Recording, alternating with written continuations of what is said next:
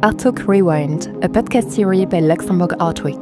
This series revisits the art talk that took place at the fair, where partners and guests explored key questions shaping contemporary artistic creation and the art market. Creative technology as a catalyst, in collaboration with 1535 Creative Hub and Spectrum. Thank you everybody for being here.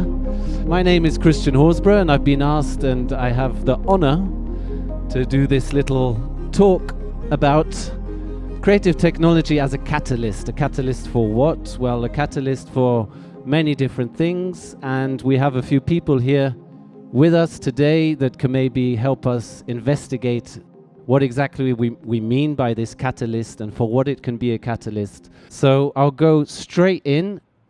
I think it could be a good idea if we have a quick introduction, who is who. So I think we'll start with with you, Guy. If you want to introduce yourself quickly. Yes, I'm Guy Wolff, the director of Spectrum in Rummelange. We are a creative house with artists. They can be in residence, and we develop digital arts, and we are a research center of digital art. Okay, we'll go more into detail, I think, about exactly what you do. But yeah, so you're a place where artists can develop their works and bring them forward. Then second in row, we have Misch, who's joined us too. I'd say it's unusual because he's coming from the startup spectrum and technology spectrum. And so, yes, maybe introduce yourself. Thank you for the kind introduction. My name is Misch. I'm the co-founder and CEO of a platform called LetzAI, which is a generative AI platform that allows you to generate videos and images of anything you can imagine. I'm also the CEO of a creative agency called Neon Internet, which has been around now for 10 years. We do creative campaigns throughout the country. We also develop software, and we're specialized in new media. And obviously AI is the newest medium. So that's what brought me here to the Art Week. And that makes total sense. Next one on the table here, we have Delphine from Namur. She's come all the way down from Wallonie region to talk a bit about what she does. Yes, so I'm thrilled to be here today. Thank you for having me. My first time in a panel in Luxembourg, so really happy. So I represent KIKK, KIKK. KIKK started as a festival almost 15 years ago, and it turned out to become now an international platform for visibility and promotion of digital creators. And I will speak also about the mission we have that's quite recent, because we started early 2024. We were missioned by the Walloon government to facilitate and coordinate digital creativity ecosystem. So from now on, we don't only speak for ourselves, we speak for all the regional digital creative ecosystem. And the name of this ecosystem is Wake. And I have a nice announcement that you are from now ambassador of Wake community. So please, you can take your badge. Thank you very much. So thank you for having me. Yeah, see, so this is already a well-developed network that they have in Wallonia for tech and art and so on. So we've got a lot to learn, and we'll go more into detail about that in a sec. And thank you. Yeah, so keep an eye out for the KIKK Festival also, because we'll go more into detail. But a great place where we met up also recently, had a talk, because we're trying to create connection.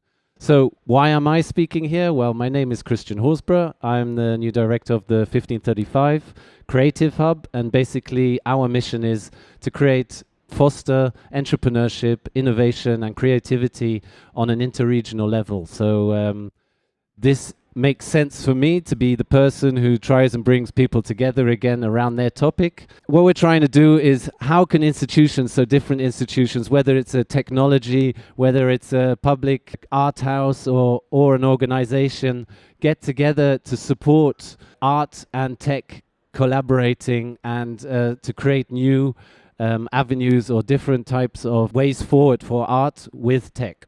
So that's one of the topics, and I hope by the end of this session we will have kind of discussed that in depth. And then we're focusing obviously on digital technologies, creative infrastructures and entrepreneurial practices. So it is less of an artistic side to it, but more how do we create a systemic or a system that can help this connection grow and foster more growth in that ecosystem.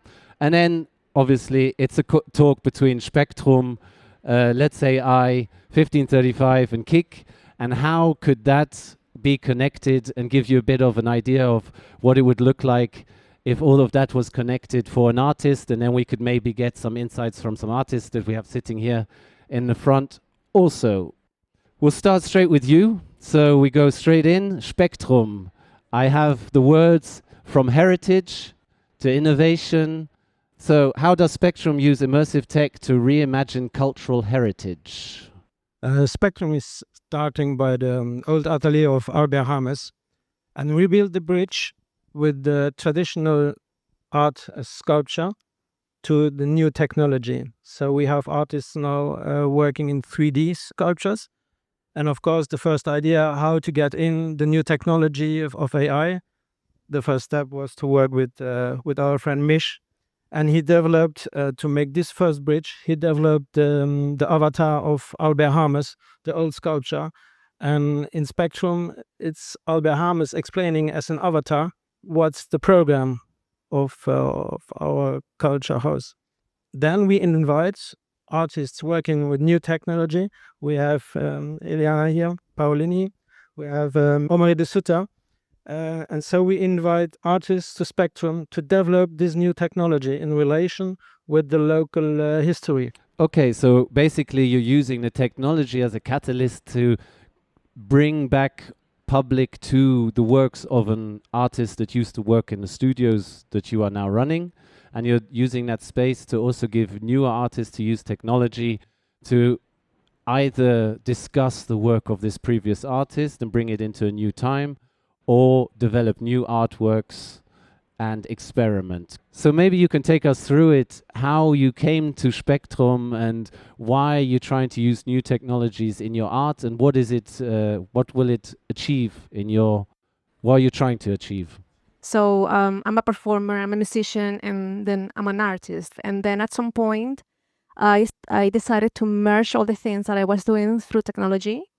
Then this year, Guy invited me to have a residency in Studio 3 because they have this really beautiful ambisonic system where nobody had taken advantage of. And he knew already some of my work because he saw an installation that I did for Vivid Echoes. So he invited me to do an immersive piece over there. And I created an immersive 3D sound ambisonics piece that runs for 10 minutes, and it is accompanied with visuals, and some of them are AI generated because I had to create certain avatars in order to create a narrative. So Spectrum gave me the carte blanche, how you say, to create whatever I wanted and do whatever I wanted with the space.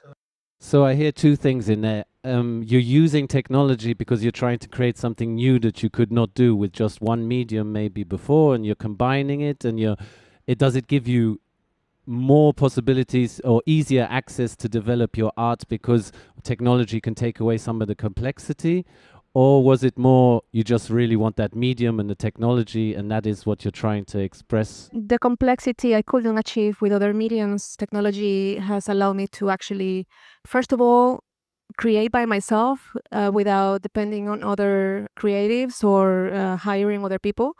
And second, to take it to another level where I can really express myself and what I want. And so an institution such as Spectrum gives you the space, like you say, a carte blanche, the technical installation to say, hey, now experiment, try out these different technologies, give us something using these technologies. Yeah, well, basically, Guy never asked me to deliver a finished piece. It was a self-imposed deadline that I said to myself, I want to start and I want to finish. I don't like the idea of just leave it like that, but I want to offer an experience at the end. So the core goal is really experimentation, research, and then if something comes out of it. So we're going into the direction of what we do in other industries too.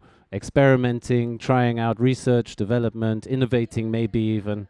Yeah, and as an artist, like the growth is massive because I got to really learn a lot of things by myself, and this wouldn't have been possible if the offer wasn't there. Right. I think for time's sake, we're going to have to quickly jump to the other artist because I think it'd be really interesting. And just say your name again so that we hear it and explain what you do and quickly how you work in Spectrum. So I'm Omri de Zutter. I create digital art, it's called. So there's a physical component, artworks that you can hang just like paintings, but you can also immerse yourself inside these artworks through VR. And I researched the concept of the infinite possibilities that we have at the moment inside this computer. We have capabilities that we once described as being gods, for instance. And so, yeah, how do we deal with that as human beings? What can we create when we literally experiment through these new media instead of preconceiving an idea?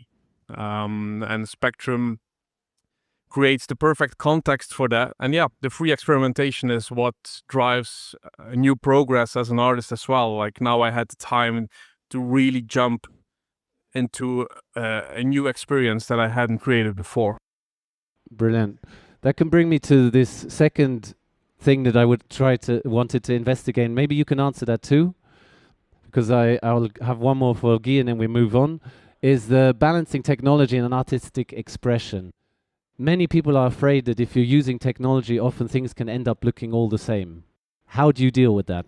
I think what people might forget is that in technology, the capabilities and possibilities are way more than the other mediums that we have been using to date. So the way of expression as a human being is more core to who you are, I would dare to say, because this variation is so small. Even when I'm creating in this simulation software, every little millimeter is changeable. So I think if you create from yourself and your true identity of what moves you, what pulls you, that you have a very unique way of expressing. And the danger of being very general, in a way, is true for people that don't know how to use the medium. So it's just like painting. Yeah, everyone can make the same paintings, but if you know how to use the medium, you find the depths that someone else cannot create.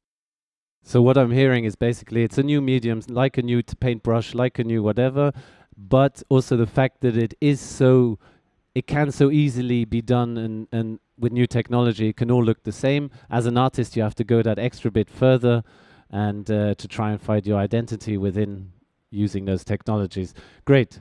I'll quickly have one last thing. Artist residency. How exactly do you structure that as a institution? Do they come in? How do they get the funding? Because they're obviously working on something during a time where they can't be working on something else. What's the idea behind how you want to support that as an institution?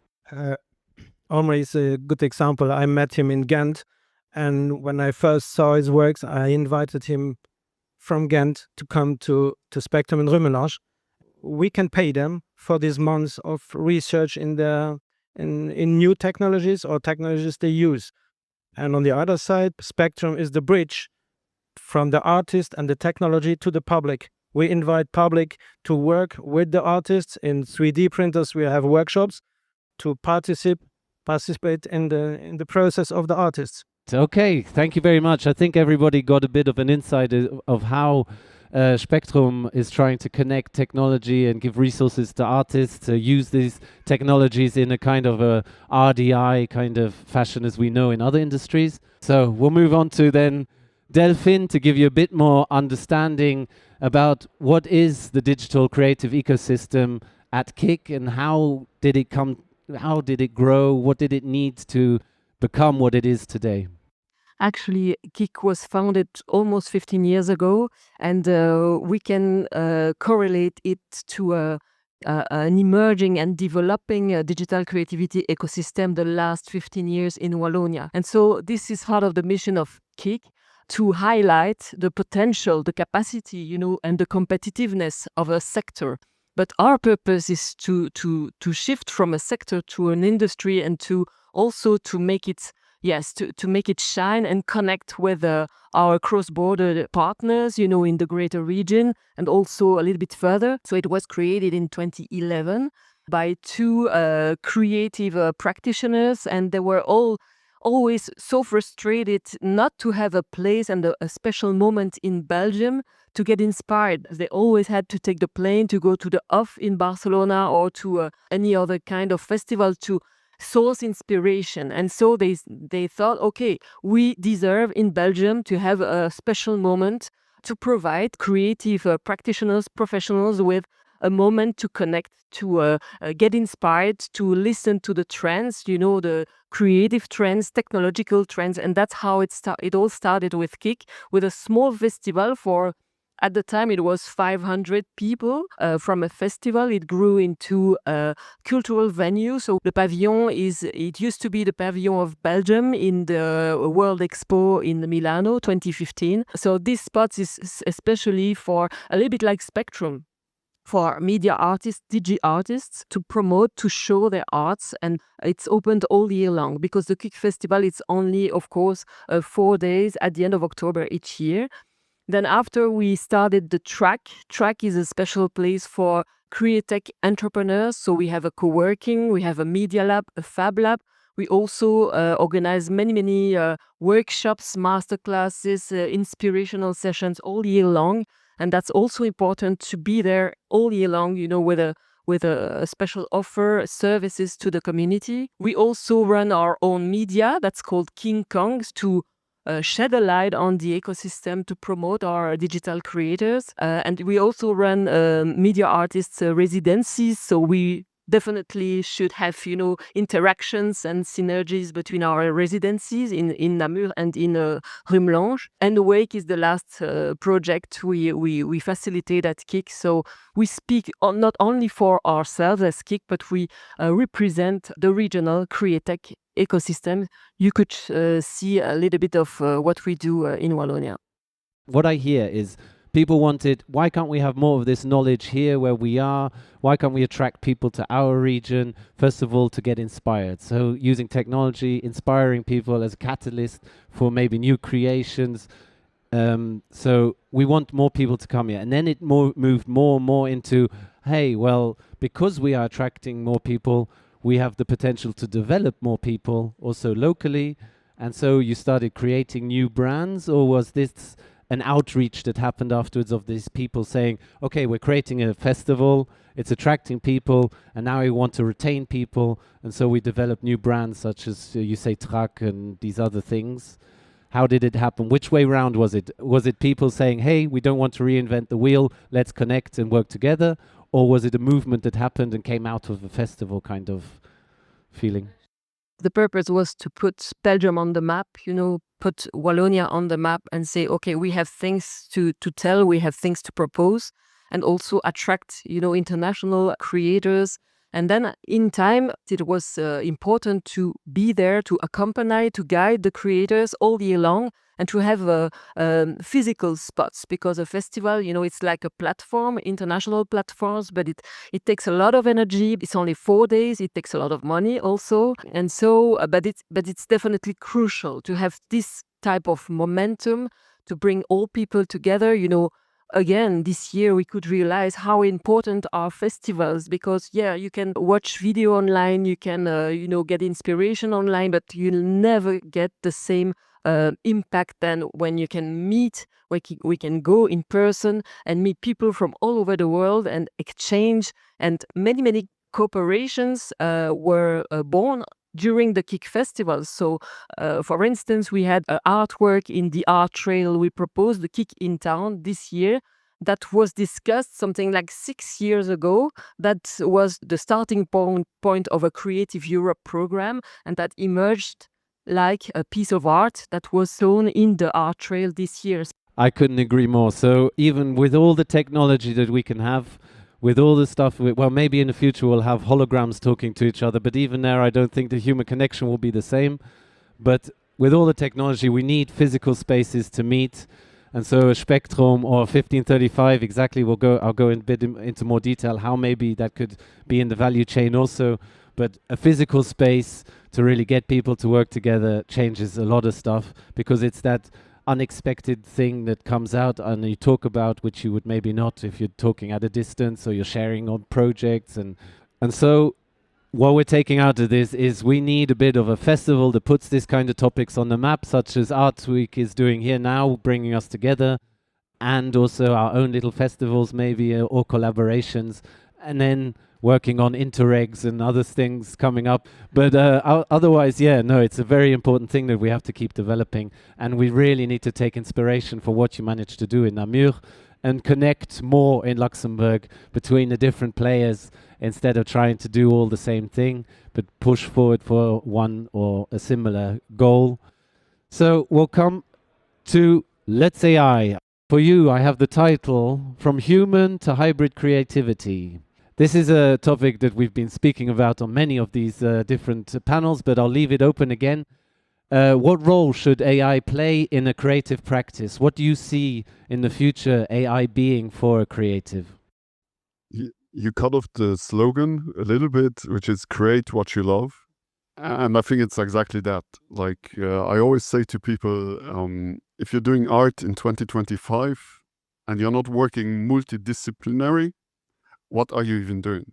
Because today with all these tools, like you have so many opportunities, and in AI we have this notion of the world model. And to me, like if you do not tap into that space, you're basically excluding an entire world out of your work. And what we spoke a lot now about physical spaces. I think what we have created at LetzAI is the digital alternative. So we are also a space for artists, and we give them new tools so that they are able to create what they love, be it with their existing art, to add something on top of that, to explore the physical or digital art in a completely new direction. That's what we do. That is what the platform is for. And if we look at what has happened recently in this space, like every week, something new comes along. Somebody opens the garage door. This week it was Google again. They released a new model. And every time these things get released, to me, it feels like magic all over again. The new model is called Nano Banana Pro. And yeah, I think from the perspective of the artist, like if you use these tools and if you're not afraid to use them, and if you use them for what they were meant to be, then it can really be this magical thing that shows you what your own art could be. It's inspiring to you. It really enables a completely new world that I think we're just currently discovering what it's going to be capable of in the next few years. Yes, and I think also what I keep coming back and why I like the project and the platform that you're developing is because of the topic. It seems like you were trying to also listen to certain difficulties people had with AI platforms, such as a small country being able to add its identity to a model that doesn't exist around the world, add yourself as an artist, that you can take yourself back out again out of a model. So GDPR ideas. There's a lot of thought that went into it. I'm guessing it's because you were also in conversation with artists and people who have these values, because if you develop an AI platform, you have to, from scratch, develop it with certain functions to be able to respect certain values. Can you talk a little bit about that? Yeah, so the basic idea behind the platform when we developed it almost 3 years ago was that we realized that with the existing tools back at the time, was not possible to generate any kind of niche content. So whenever you tried, for example, to generate an image of Superjump, which is the Luxembourg national hero, Midjourney or ChatGPT, like these tools, they would make the super hemp man, because super jump, it has hemp in the name, so it made super hemp man with the marijuana logo on the chest, which is obviously not super jump. So what we did was we created a platform on an AI tool to which you could add yourself, your product, your style, and then you could reference that style inside of the tool, and you could make it available to everybody who uses the platform. Now, of course, in the past 3 years, a lot has happened. I mentioned Nano Banana Pro. In my opinion, this week, everything changed again, because now we have this model that simply knows the entire internet. Like, you ask it anything from the news, you ask it to generate any person, and it can do it. So this platform or this idea we had 3 years ago, that was a nice idea, but it has completely been steamrolled this week by the one of the biggest companies in the world, which is Google. And this is not the first time we had such a moment in the past 3 years. Like, the speed at which these tools have developed was simply incredible. And it puts us in this weird situation where we had this very romantic idea of the artist being able to control everything that's being done in his reference and so on. But the reality is that the consumer just wants the best tool, and they do not really care about the entire thing that comes behind. And that was for us the unfortunate realization that yes, there is this romantic vision and so on, and you mentioned GDPR, and Europe is always very good at trying to come up with narratives of why certain things matter, but in Silicon Valley they have this saying of move fast and break things. And that's exactly what happened all over again over the past 3 years. And I think we will look back at this time from 2022 to 2027, and it will just be a blip in history, like a very curious time. But in the future, like, we are in an entirely new open ocean where everything is possible, and the old models that we had, they just don't make any sense anymore. And I think we do not speak about that part nearly enough. I totally get it, also coming from a tech background a little bit, because I'm really interested in tech and I want to support it too. But I think what inspired me in the beginning is the capacity to still know, okay, I'm creating a model on this platform with the tag that you had at the time, and I can decide to allow others to use it, or I can decide it's only for me, and I can use that in combination with the big model to really generate anything in my style, and it can be something I control, and it's unique still, although I'm using a tool that everybody can use. And if you completely take that away, maybe yes, the public and people who want to create easily, marketing and so on, there is a goal there. But then we're moving away from maybe what an artist would use the platform for. I have data to back it up. Because 99.5% of everything that is like made on the platform is never published. This idea of making the models available to the public, to the community, sharing your prompts with the community and so on. As I said, it's a very romantic idea, but in practice, most of the people, more than 99%, they do not want to share the prompts. They do not want to share the models. They just want to share the output of what they make. And that's like where, in my opinion, there is this discrepancy between the person that has understood or uses AI as a medium and the person that uses it simply as a tool to create something and then show the something it created. The medium means that you open yourself up to the possibility of that tool. And we saw that with Sora. When OpenAI released Sora, suddenly we had all these famous American people like Jake Paul and so on. They added their cameo, what it is called in Sora, to the platform, and people were making all kinds of crazy videos with their characters. So when a famous person does that, then suddenly it works as a medium and everybody does this fan art in the style of that person. But that is a completely different use case than the tool use case. But in that case, we are talking about a famous person who's earning his money anyway by being famous, and an artist who's trying to sell the result that they're creating. Yeah, that is the difference between the two. And when Gen AI came along, I had this saying where I said, become a prompt input or die trying. That is what AI enables.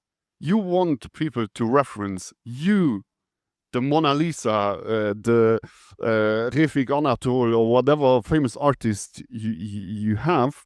You want to reference those in your prompts. And if you get referenced, it means that your art is actually valuable. And it means that you're famous and that people know you and that they attribute certain things to your art. Whereas if people just prompt something like abstract art, photography, and so on, then it's just this random thing where anything can happen. So if somebody says, give me a picture in the style of Pollock, then you're famous because people know that is your style and they're referencing it in an AI.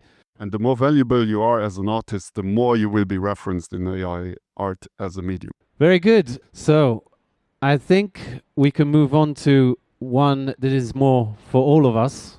But again, maybe we can talk a tiny bit about what we are trying to do to how we can build stronger cross-border, a stronger cross-border ecosystem. So how are we doing it? What are we trying to do from when we met in the beginning to maybe now and where it could go? Maybe with you, Delphine, maybe give a bit of an input. Yeah, maybe before answering the how, maybe why. It's about competitiveness on the EU digital market. Now it's definitely understood that it's not enough to be just digitized. We have to be creative in the way we digitize solutions, companies, services, and this type of thing. So we have this strong interest to connect and combine our expertise to get more creative, more competitive altogether. I think there are battles we already lost, like the AI battle, the metaverse battle. Europe is not the strongest, on this field, but we can definitely use our heritage, our specialty, just as you develop with LetzAI, to become more creative and more competitive by being more creative. So what are the baby steps we can take right now? I think first of all, we need to know further about our ecosystems. So we have a lot of work about mapping our ecosystems, who does what are our strengths, what are our spots, where can we meet also with practitioners, artists, freelancers, what are our hurdles, our common challenges. Mobility is also important. I think we have to take this year, 2026, to welcome you in Wallonia.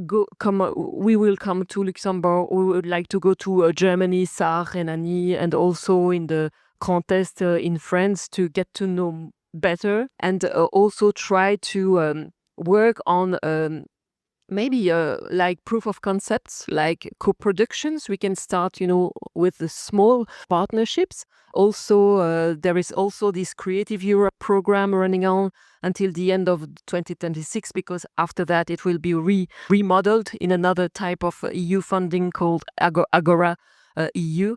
But yes, let's take this opportunity to build up European consortia with our strengths, our cross-border expertise, knowledge.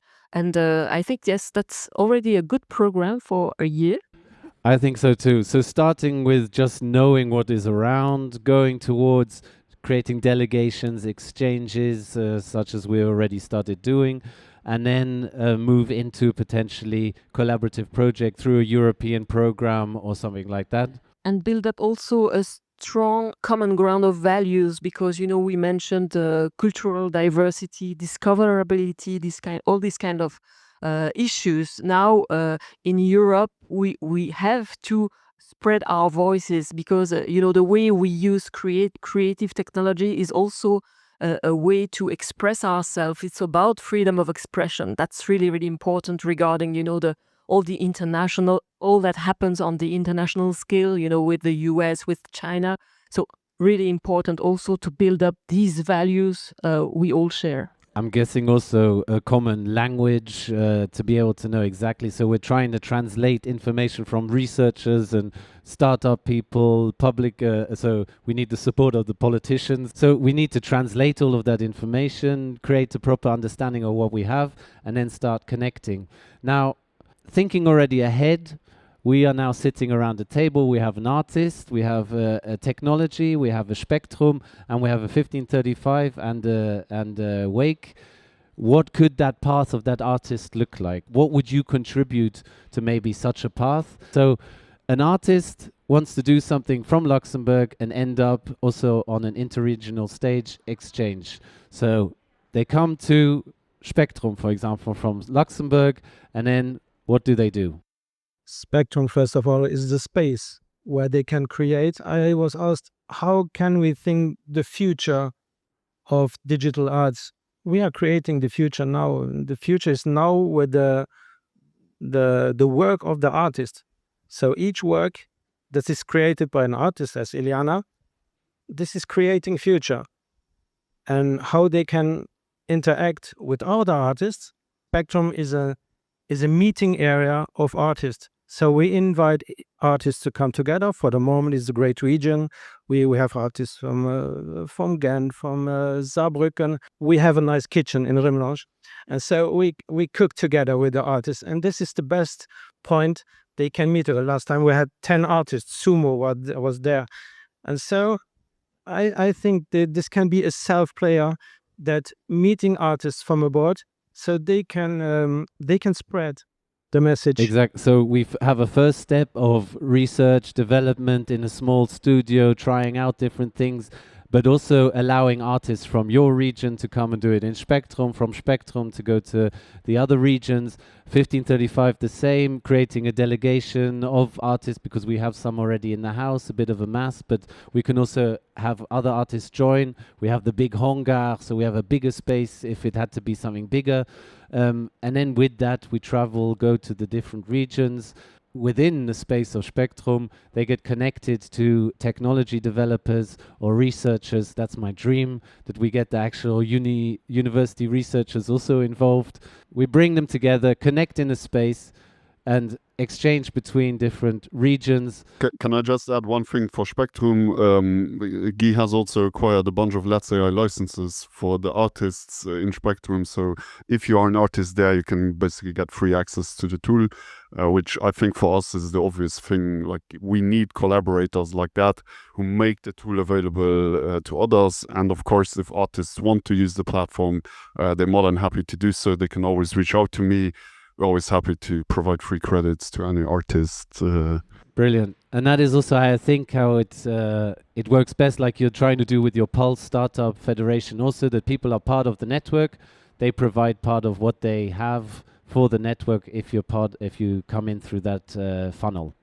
I think we should also maybe mention what else do we have in the ecosystem that we can think of our head. We might forget some people, but obviously what else is there in Luxembourg also, and in Namur, maybe Namur is a bit more in Luxembourg as an infrastructure that could also collaborate in this. We're just thinking about us collaborating, but maybe there's other players that you are also looking at in Luxembourg, for example, Guy from Spectrum? Yes, we have François, I suppose, with Electron is in the room today. And then we have the Rotonde, the Multiplica. We have lots of different things that we're going to have to connect in a way too, to have the real mass behind it. Yes, we have the Rotonde. We have been together in Namur. And so I think this is to connect with all these people. It happens in Namur. Perhaps we can make a next festival at the Rotonde to meet together with Multiplica. Exactly. So that's my hope also, is that we really get everybody involved as much as possible. Geolabs is another one potentially, like a new place for immersive museums and a new way of maybe accessing art also. So yeah, so all of these players we have to keep bringing together, and Art Week obviously also has been a great support in just continuing this conversation. I have one more thing that we should not forget. But is there a way that artisans can also profit from technology and still be part of the conversation? Or are we creating a split or a stop between things how they used to be in an art sector, and we're only focusing on digital technology? For instance, at KIKK, we are quite aware, and we're taking care of crafts. People who craft with digital tools, but in a low-tech way. Also in a nostalgic way. We also promote and value their approach, because it's definitely part of the game. So we definitely need to work all together, and with this vision also, because of also the ecological transition, and that's something we didn't mention in the debate, and I think we need to be aware about that our sector is also the place where we can build up avenues for thinking about how do we act for the green transition through KIKK. That's also really, really important, to train the mindsets in this way. Because we're talking here about digital and quantum tech, potentially AI and all of that, but there's also Industry 4.0, which is also digital technology, so robotics, other stuff that can also be part of an artistic tool and technology. So not just to have the ones and zeros on a screen for art, but potentially also the robotics or other technologies out there that we should think about, and how we can augment the artisan, the craft, and bring it into new time maybe also, and not leave them behind because they say, I don't want to have anything to do with AI. So that's also, I think we have to be careful about that. At Spectrum, the first reflections I had, you cannot only use in an art center only digital art. You have to include all. I had, for example, Robert Brandy. He came to visit Spectrum, and the importance is to include all the public and all the artists. And he came to Spectrum to discover new technologies. And he said, "Oh, Guy, I see now what you do here with your artists. How I think I don't know what to do more in my art, but I'm now interested what happens here. Probably I will never use AI or new technology in my life, but this is so interesting what happens here and how we can include traditional artists at Spectrum." We registered last week a podcast, and the podcast is a digital way to transmit all kind of artists. So Robert Brandy with Sandalinas, they will speak about the artist's life, how you can sell your works. And so all artist messages can be happening in Spectrum. So I think we'll move on. And closing message. So institutions are connectors and catalysts. So we can be both a physical place, but also a catalyst for new things to happen. Collaboration ensures that technology empowers creativity. Creatives have to be part of the conversation of the development of new technology. They can't just wait for technology to come out and then say, I don't want to use it because I don't like it. If you are part of the conversation, potentially you can influence it. So I'm really asking for artists to be open to also be part of that conversation. And then building bridges across regions strengthens artistic future. I think it's quite obvious that together we're stronger. And yes, even with the public, it's a stronger pitch or panel than if we were alone here. So thank you very much for listening to us, and have a great day. Thanks. Thank you. Thank you. Luxembourg Art Week would like to thank all speakers and partners for their commitment to the 2025 Art Talk program. The next edition will take place from November 20 to November 22, 2026. Join us for a new series of captivating conferences and conversation about art, live at the fair and available for replay afterwards.